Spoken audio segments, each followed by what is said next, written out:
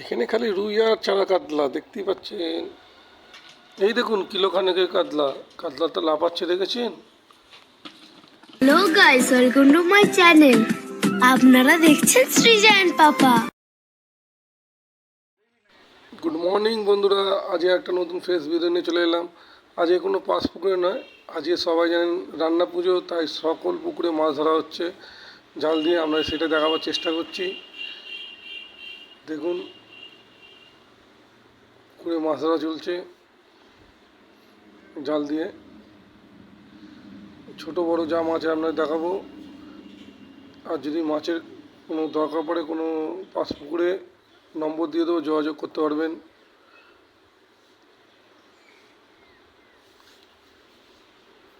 এই দেখুন মাছ কত লাফাচ্ছে। বড় মাছ আছে। চলুন পাড়ে এসে মাছ এলে আপনাদের দেখাবো অবশ্যই, আপনারা ভিডিওটা দেখতে থাকুন। এই দেখুন মাছ তুলে নিয়ে চলে এসেছে, দেখেছেন কাতলা আছে কিলোখানেকে। মাছ সব ভাগ বটরা করছে।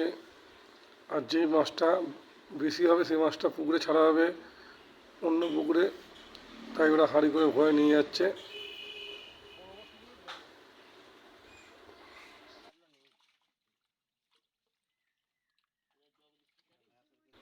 দেখতে পাচ্ছেন বন্ধুরা, পুকুরে রুই, কাতলা, মৃগেল, বাটা সব মাছই উঠেছে জালেতে।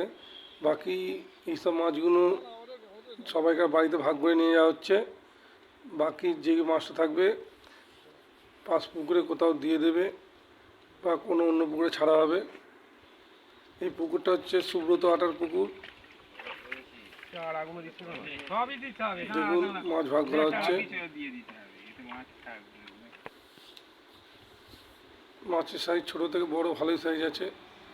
কিলোখানেকের 1200 সাইজ হাইস্ট হবে, বাকি সব 500-600 করে সাইজ হবে। সব মাছ নিয়ে চলে যাওয়া হচ্ছে হাঁড়ি করে, অন্য পুকুরে ছাড়া হবে বলে দেখতে পাচ্ছেন। আর যদি আপনাদের কারো মাছের দরকার পড়ে আমি নম্বর দেবো স্ক্রিনে, যোগাযোগ করবেন।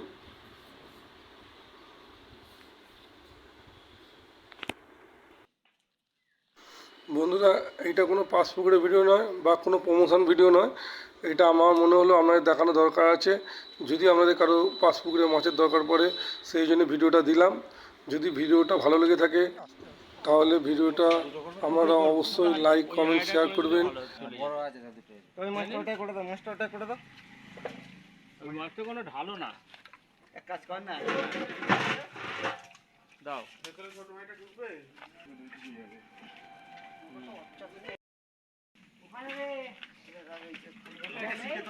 ধরো, এই ধরো।